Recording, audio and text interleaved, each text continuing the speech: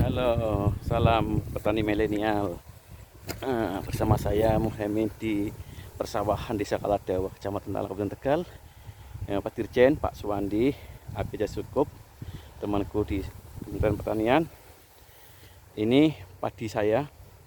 Saya berusaha untuk memberi edukasi kepada masyarakat sekitar desa saya yang terbiasa mereka menggunakan benih bikinan sendiri, IR64 atau Ciherang secara terus-menerus, turun-temurun jenis benih tanpa adanya pergiliran varietas.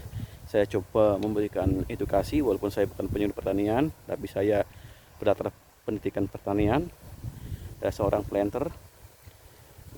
Saya berusaha untuk memberikan suatu etalase atau percontohan bagaimana tumpang gilir tanaman, bagaimana tumpang gilir varietas, bagaimana penerapan jejar legowo.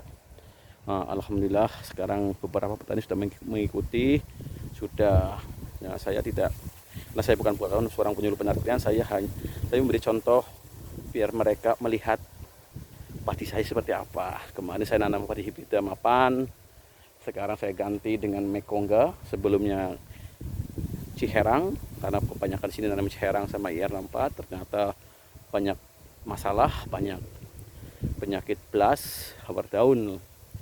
Alhamdulillah untuk musim tahun ini, musim M1, beberapa petani sudah berganti ke Inpari 32, ada yang menanam 42, ada yang menanam 33 dan 43, Inpari 43. Alhamdulillah, mudah-mudahan dengan sedikit demi sedikit kebiasaan petani yang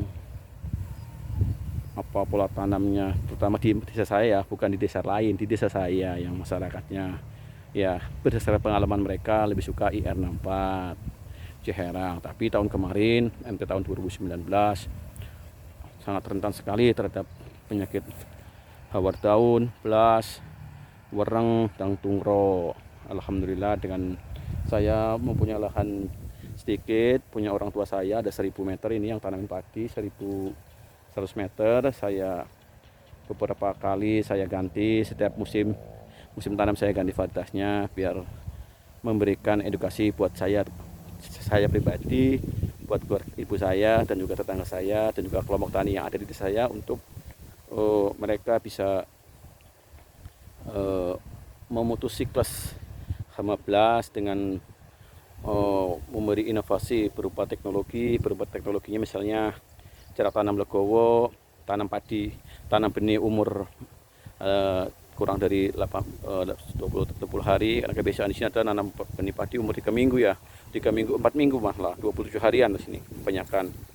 Nah, ini padinya ya sedikit ada masalah karena ini Mekongga, mungkin saya amati terkena hawar daun ini, nah, agak muning atau hujan. Saya berusaha untuk ya meneliti sedikit lah.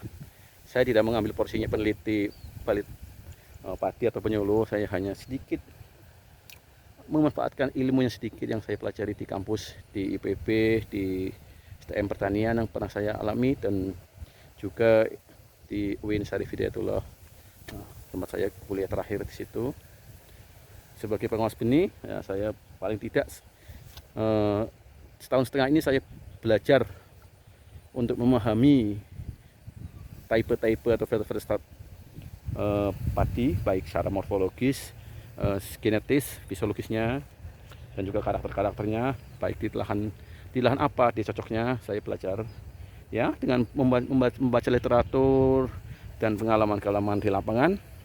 Mudah-mudahan ini bisa memberikan sedikit pencerahan buat petani di desa saya lah terutama.